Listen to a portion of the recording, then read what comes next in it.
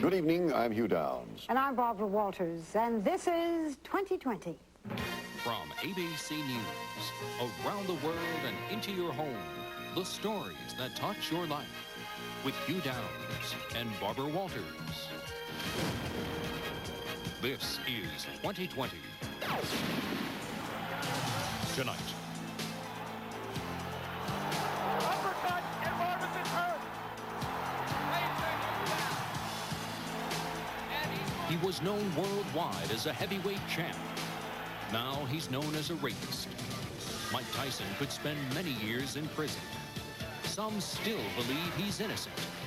If you're unsure, listen to his accuser. Tonight, in her first interview, she talks to Barbara Walters. I decided to do this interview, and only this interview, because there are so many unanswered questions, so many things that weren't covered or that didn't come out. Desiree Washington tells what she told the jury, his behavior when they met, how the night unfolded. What were you doing there at 2 o'clock in the morning? She responds to critics. And Heather said, she asked for it, she got it, it's not fair to cry rape. A Barbara Walters exclusive. How many years would you suggest that he have to pay the penalty? At last, from the victim herself. He changed completely. He was crazy. Why she took on Tyson. Stories tonight, February 21st, 1992. She convinced a jury that Mike Tyson raped her, and yet many people refused to believe it. Tonight, for the first time, she tells her story for all to hear. Her name is Desiree Washington, an 18-year-old college freshman. Now, you may have seen her photograph on People magazine, which this week published excerpts of her court testimony. But this is her first interview. And Barbara, one of the most anticipated that you've had. Well, I think that's probably true. Beyond the fact that Mike Tyson is an international celebrity, I think one of the reasons that people are so eager to hear from the victim goes back to the William Kennedy Smith rape trial, because that was televised. And while Patricia Bowman's face wasn't seen, her testimony was heard. But at the Tyson trial, cameras were barred. And so tonight is the first time that those outside the courtroom will have a chance to see and hear Desiree Washington. She answers the questions that people are asking and then discusses the rape itself. Mike Tyson was convicted by a jury on 1 count of rape and 2 counts of criminal deviant behavior. Still, many people have been rallying to his defense. There have been protests and petitions on his behalf. We begin with Mike Tyson as we used to know him. Mike Tyson won the heavyweight championship in 1986 with this punch.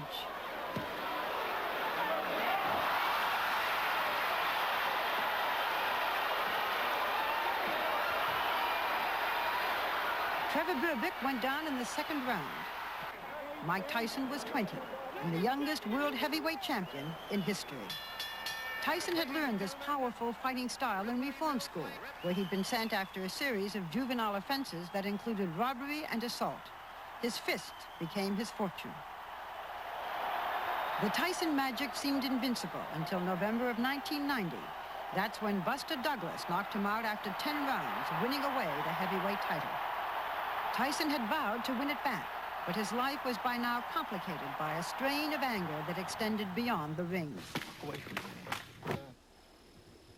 He'd had a checkered history with women for years, but in 1988, he and actress Robin Givens tied the knot. It looked to all the world like a storybook marriage. It wasn't. The first admission of trouble in paradise, or violence, reaching into this home, came when I interviewed the couple that September. He's got a side to him that's scary. Michael is intimidating.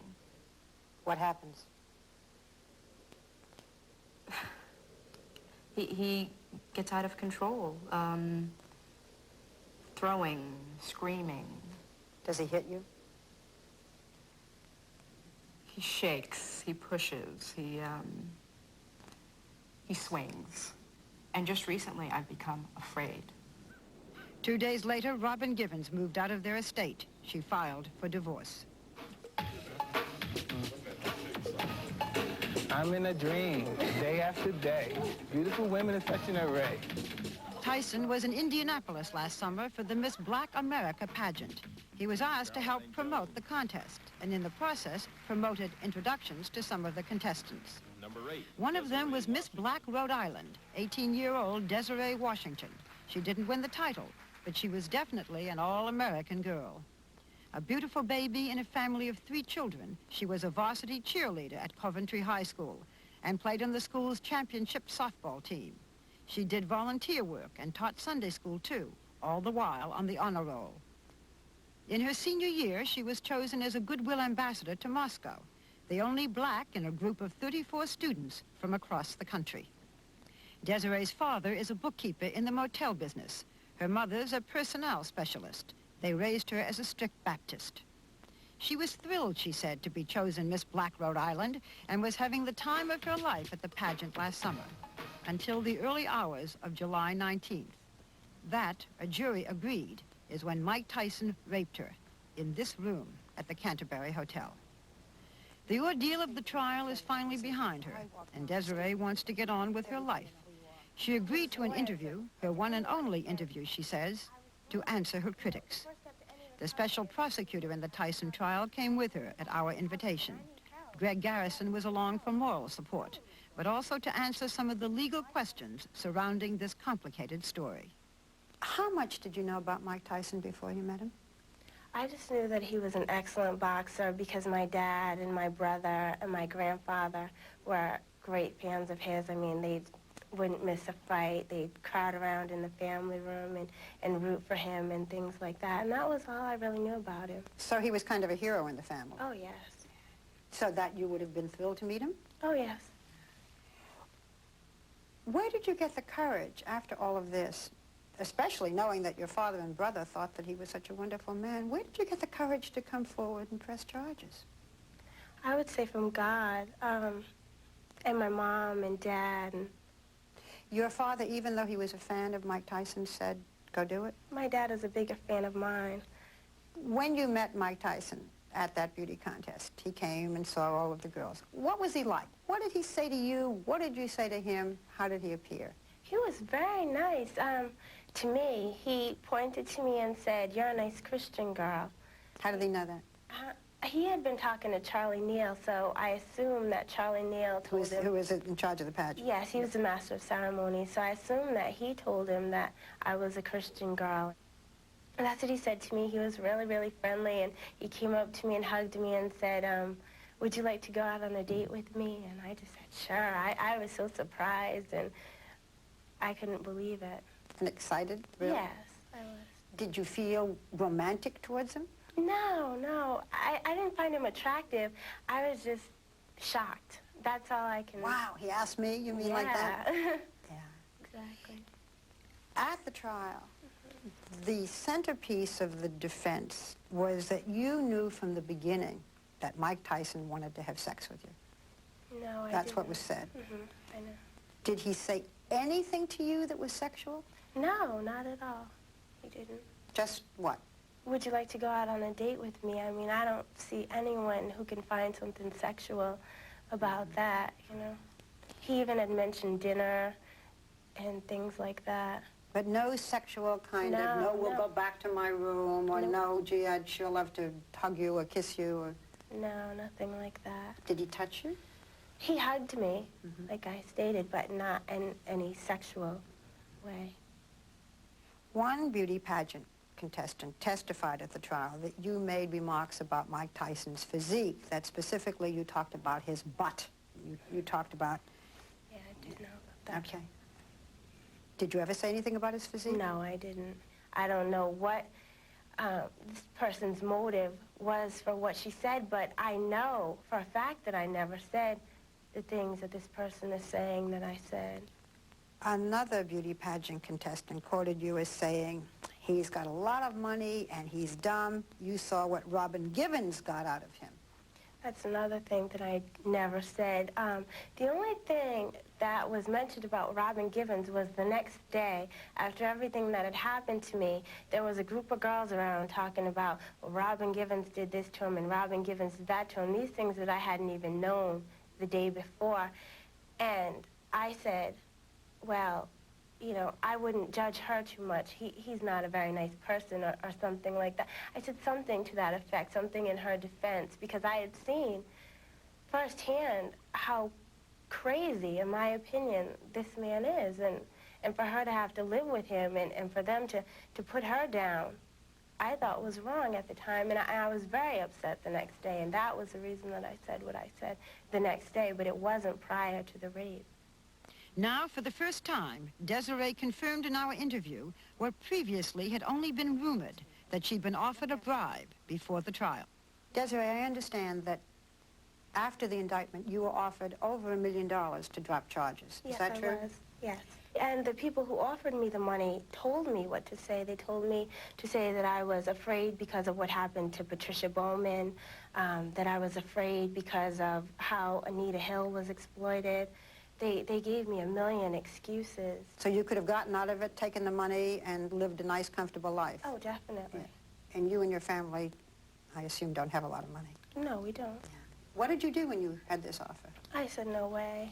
I reported it to my lawyer, who took it to a higher authority, and it was being taken care of. Do you know exactly who offered you that money? I mean, do you know that it was Mike Tyson's people or Tyson himself?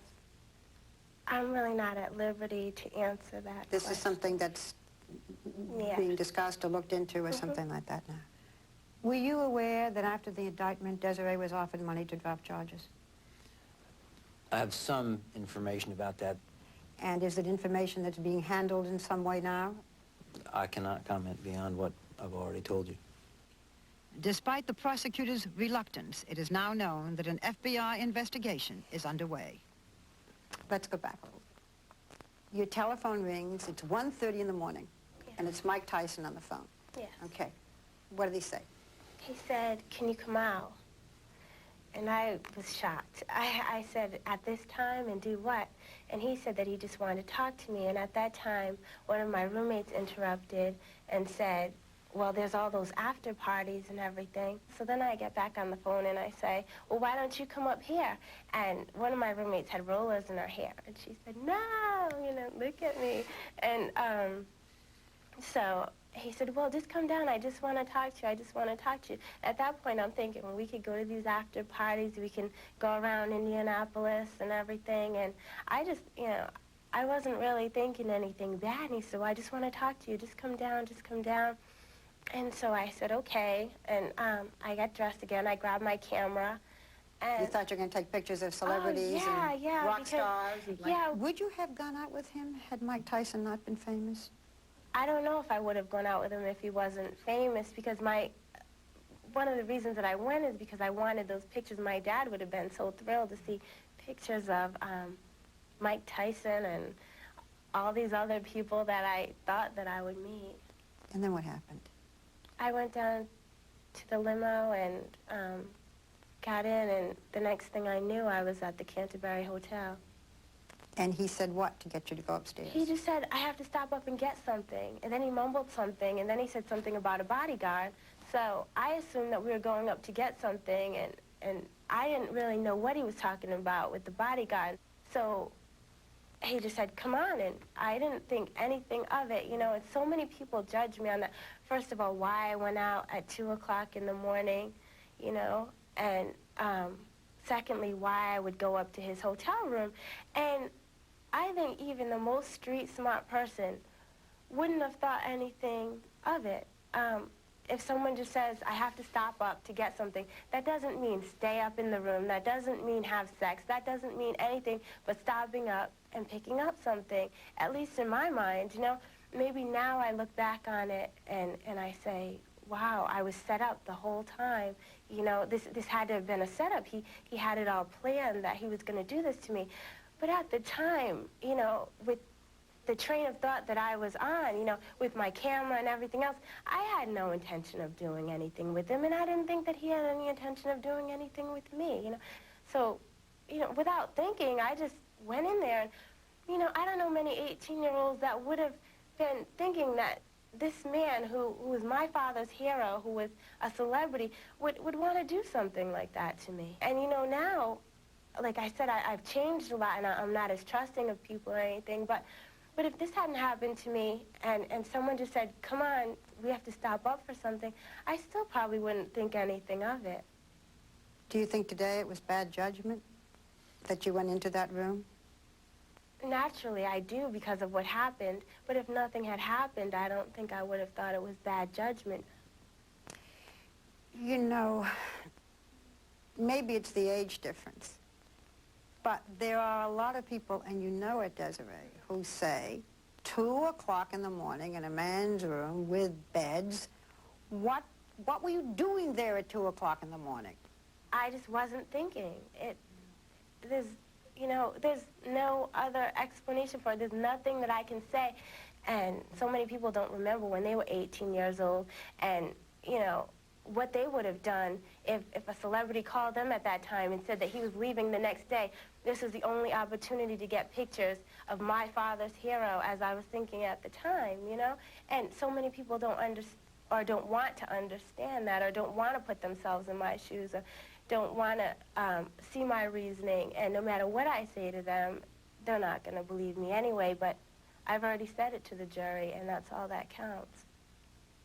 The Washington Post conducted interviews with young women in college of your age, black women, and they didn't seem to show a lot of sympathy for you. One said, 18-year-olds are not naive in this day and age. What did she think a guy wanted at 2 in the morning? Another said, she asked for it, she got it, it's not fair to cry rape. It's sad. It's sad that women in 1992 feel that way. It really is. I've seen Mike Tyson. I've seen the sweet side of him and the quiet side of him. Was he sweet and kind and quiet to you when you met him? When I first met him, yes. His voice was so different than it was when he was raping me. It completely changed. He completely changed. The look on his face completely changed. Everything about him completely changed. He changed from a sweet and nice person that I thought he was earlier to just this animal, like a demon or something. In minutes? In seconds. You weigh what? 108 pounds. Could you, I mean, this almost seems like a dumb question, but was there any way of fighting back? I hit him. It was like hitting a wall. I cried. I did anything to get him to stop. I couldn't defeat him physically, so I could only beg and cry, and it was the worst feeling I've ever felt in my life, just completely out of control. I had no control of anything. All I could do was beg and cry. That's all. And it made no difference? It made no difference. Yeah, I said, please, I'm starting school. I was crying, and I said, I don't need a baby, and I, you know, please don't, you know, you don't have a condom on. I just cried and begged for just anything, just to get him to stop and get away from me so that I could get out of there. But he just said, well, you don't have anything, and I know you don't have anything, and neither do I, and he just continued on doing whatever he was doing. I begged, I cried, I did everything that I could, and nothing worked. Were you fearful for your life? Yes, I was. He changed completely. He was crazy. And when someone's crazy and someone's sick like that, they don't know what they're doing. And he was sick, and I couldn't help but to be afraid. Did he say anything to you then, afterwards? He said... Did he realize what he'd done? He said, don't you love me now? And then when I was leaving and he asked me to stay, I said, why? So you can do this to me again? And he said, you're just a baby. You're just a crybaby, that's all. You're just a baby. That's why you're crying, because you're just a crybaby, that's all. And then he said, well, then it's a long walk back, like almost trying to force me to stay. And I was throwing my clothes on as fast as I could at that time. And he just picked up the phone, and I assume he called the limo, but I was out of there. And went back in the limo to your roommates? Yes. What did you say to them then? When I first came in, I was just bawling, and I didn't want to tell them what happened. And in my heart, I knew what happened, but I didn't want to accept it. I didn't want, you know, but I couldn't hold back the tears, so I had to say something. So when I first came in, I said he tried to rape me, and I ran into the bathroom, and I was just bawling. Mr. Garrison, in addition to the count of rape, Mike Tyson was also found guilty of 2 counts of criminal deviant behavior. I'm going to ask you this because I have a feeling it will be just too hard for Desiree to answer. What in this case is meant by criminal deviant behavior? Hard for me, too. But oral genital contact is one specification, is one count against him of which he was convicted, and the other one is object penetration of the sex organ of another person, in this case a finger. And was found guilty on that also. So it isn't just the intercourse. That's bad enough, but there were other things as well. Plenty. When we come back, answers to more questions people are asking. The day after the rape, Desiree Washington danced in the beauty pageant. How could she have done that? Before Mike Tyson is sentenced, the judge will hear from Desiree Washington. What does she think the punishment should be? And we'll hear what she would say to Mike Tyson if she were to meet him now.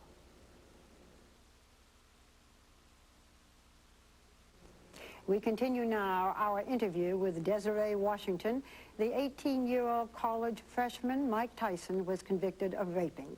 The rape occurred in the early morning of Friday, July 19th, a day of rehearsals for the Miss Black America pageant. Desiree refused to drop out of the competition, a decision the defense tried to use against her. Hey, black girl. Mike Tyson's lawyers showed this videotape to the jury at his trial. They argued that Desiree Washington, if she was indeed the victim of a rape, would not have been rehearsing and performing over the next 2 days of the beauty pageant.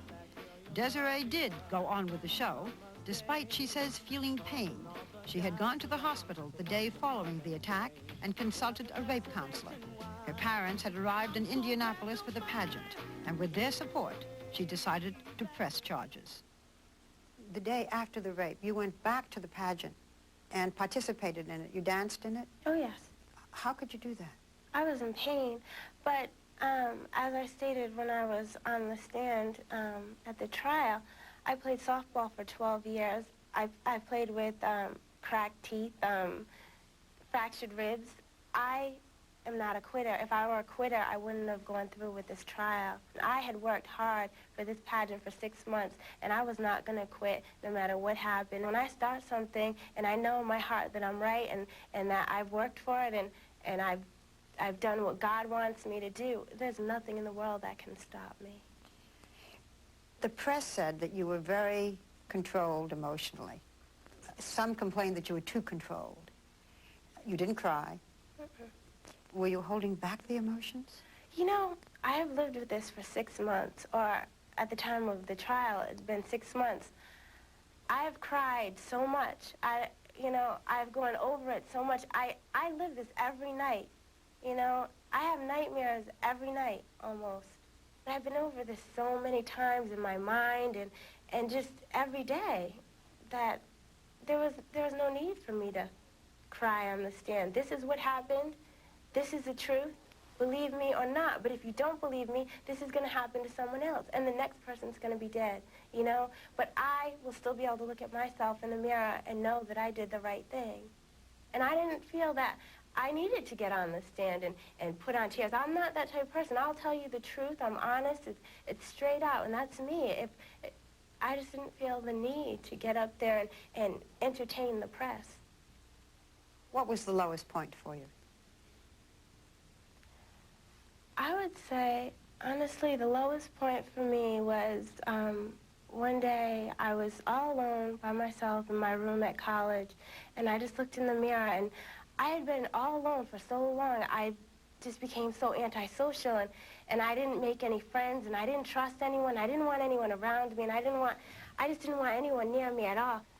I went from being such an outgoing person, someone who was just so social. I was voted friendliest in high school, to just so secluded. I just sat in my room and in the corner of my bed, and I just couldn't move. For the longest time, I couldn't believe it. I said, why? You know, why me? Why did this happen to me? I was just such an outgoing person, such a loving person, such a trusting person, and I miss that person. But in a way, it's good that I'm not that person, because now I won't be hurt again like I was. Some supporters of Mike Tyson have said that this turned out to be a racist trial, that Mike Tyson was convicted because he's a black man.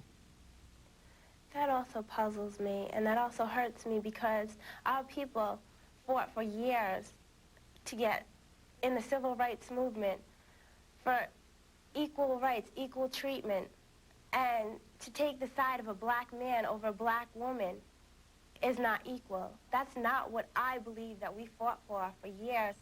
I have worked so hard for everything that I am now, and to have all that taken away from me, and to have people say that he has so much more to offer society, is sick. You know, it disgusts me. Do you have any plans to write articles or perhaps to write a book? No, I have no plans. This is the only time that I will be addressing society. I'm not going to go through a trial again by going on some of these shows that have people who have no idea of what happened to me ask me questions based on ignorance. Do you want to tell people why you wanted to do this interview? I decided to do this interview, and only this interview, because there are so many unanswered questions, so many things that weren't covered that people have judged me on and made opinions about without knowing all the facts, without knowing me as a person and knowing why I did what I did, why I stood for my cause, and I just wanted to address those issues. And if they still feel negatively towards me after this interview, then there's nothing that I can do. What are your plans now? To finish college and hopefully get myself back again and be strong enough to go into law and politics after. What are your feelings towards Mike Tyson now? I pity him. And that's all I can feel for him. From the beginning, when I first got home, I prayed not to be bitter or to feel hateful or anything, and one thought came through my mind over and over again, and that was after he did what he did to me. He said, "Don't you love me now?" And I thought about it, and I can only pity this man because he's sick. And if he had come to me any time before or gone to his lawyers or to anyone and said, "I was wrong," you know, the first step to any recovery is admitting that you have the problem. I admit that I have a problem and I need help. Get me some help. I wouldn't have gone through this trial. If Mike Tyson had come to you afterwards and said, "I was wrong, I apologize," you would have dropped charges? I need help and going to get that help. And I could ensure the fact that he would go and get that help and that, you know, no one else would be subjected to this, because I pity him. I feel really bad for him, for the person that he is right now and how he's been. Is the judge going to call you to ask you for your opinion about his sentencing? We've read that. Yes. How many years would you suggest that he have to pay the penalty? As long as it takes for him to be rehabilitated. Mr. Garrison, you're going to be asked by the judge what kind of a sentence, as the prosecutor, you recommend. What are you going to say? We're going to recommend that he do time. It can go down as far as 6 years and up as far as 20. But it'll be significant. If Mike Tyson were in front of you and you could talk to him, what would you say, if you could, to Mike Tyson today? I would tell him that he's sick, that he hurt me really bad. I would tell him, you need help. You know, I didn't do this to hurt you. I didn't do this to take your career away. I did it because you need help, and if your so-called friends weren't big enough to tell you, at least I was. You hurt me, and I was big enough to stand up to you and tell you you need help. You hurt me, and I'm trying to help you. And that's all I could tell him. Riveting. Now, I would suppose that Tyson is going to appeal, and I'd like to know how. He is going to appeal, and we have learned, and it hasn't been reported until right now, that the brilliant, celebrated Harvard law professor Alan Dershowitz will be handling Mike Tyson's appeal. Dershowitz, as most of us remember, is the man who got a reversal and appeal for Klaus von Bülow. I remember that. That's a start for an appeal. But in Desiree Washington's future, now, is she going to file a civil suit? That could mean monetary compensation. She says she hasn't decided that, and right now she doesn't have legal counsel, and she might. She has bills to pay. But, you know, if she were out for money, we paid nothing for this, as you know. She could have gone on television programs that paid. She could sell her stories, articles to magazines. You know, if money were the object, she could have made a lot of money by now. That's right. Doesn't appear greedy, and she also doesn't appear vengeful, because she said that Mike Tyson should serve time, only that amount of time, to get him rehabilitated. Can he be rehabilitated in prison, do you think? Well, we asked this of Greg Garrison. You know, prisons don't ordinarily rehabilitate people, and he said that they would try to make sure that there was, I guess, psychiatric help for rehabilitation if indeed he does serve a sentence. You know, the whole subject of date rape, that's so... I would like to take time later in the program and discuss this with you, because there's a lot more to talk about. Fascinating. Well, next, people all over the country have been discussing a question central to the Mike Tyson trial. That is, if a woman goes to a man's bedroom, especially in the wee small hours, can she then claim rape? You and I will have some thoughts we'll be expressing right after this.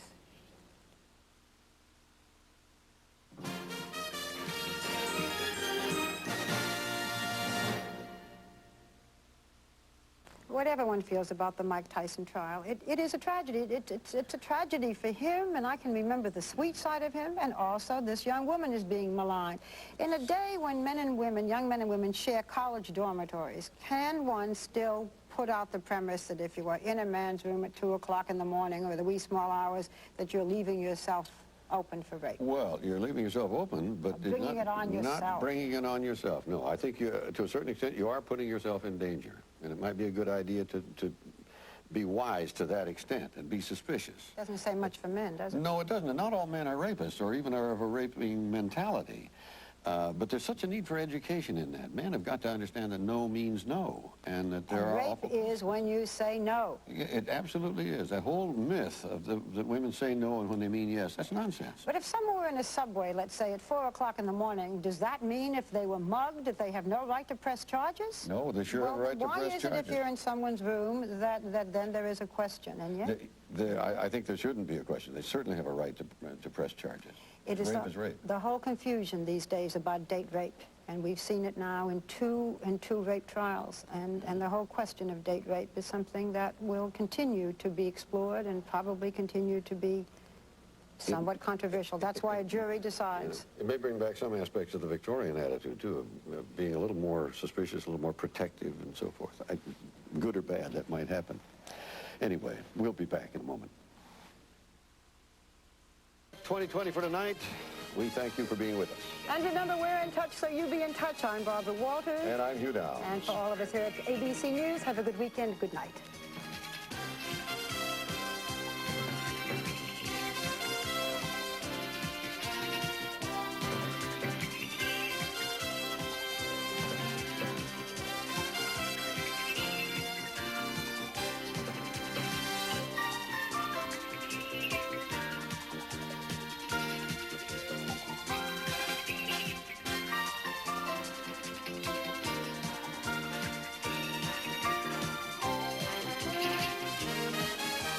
For a transcript of 2020, please send $5 to 1535 Grant Street, Denver, Colorado 80203, or call 303-831-9000.